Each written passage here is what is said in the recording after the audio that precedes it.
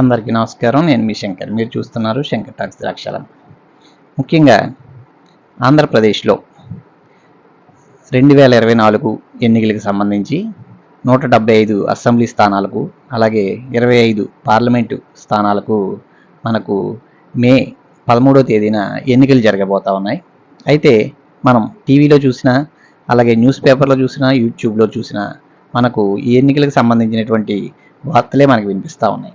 అయితే మనం ఆ ఎన్నికలకు సంబంధించినటువంటి వార్తలు చూడడం, వినడం, చదవడమే కాదు, అయితే మన పేరు కొత్తగా వచ్చినటువంటి ఓటర్ లిస్టులో ఉందా లేదా అనేది మనం ఒకసారి చెక్ చేసుకోవాల్సినటువంటి అవసరం ఉంది. ఎందుకు అంటే నేడు అనేక పేపర్లలో, టీవీలో కూడా చాలామంది పేర్లు ఆ ఎన్నికల లిస్టులోని నుంచి లేవు, తొలగించారు అనేటువంటి వార్తలు వింటా ఉన్నాం. కాబట్టి ఆ తొలగించినటువంటి పేర్లలో మన పేరు ఏమైనా ఉందా లేదా అనేది మనం చెక్ చేసుకోవాల్సినటువంటి అవసరం ఎంతైనా ఉంది.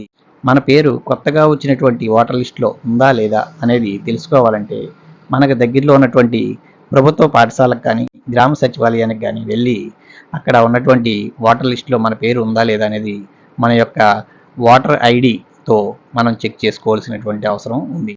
మన పేరు కనుక కొత్తగా వచ్చిన ఓటర్ లిస్టులో లేనట్లయితే మనం కంగారు పడవలసినటువంటి అవసరం లేదు. ఎందుకంటే ఎన్నికల సంఘం వారు మనకు కొత్తగా వచ్చినటువంటి ఓటర్ లిస్టులో మన పేరు లేకపోయినా, అలాగే కొత్తగా 18 సంవత్సరాలు నిండినటువంటి వ్యక్తులు కానీ ఎవరైనా ఉన్నట్లయితే వాళ్ళు కొత్తగా ఓటును నమోదు చేసుకోవడానికి కానీ, తొలగించినటువంటి ఓట్లను చేర్చుకోవడానికి కానీ మనకు ఏప్రిల్ 15వ తేదీ వరకు మనకు ఎన్నికల సంఘం వారు అవకాశం ఇవ్వడం అనేది జరిగింది.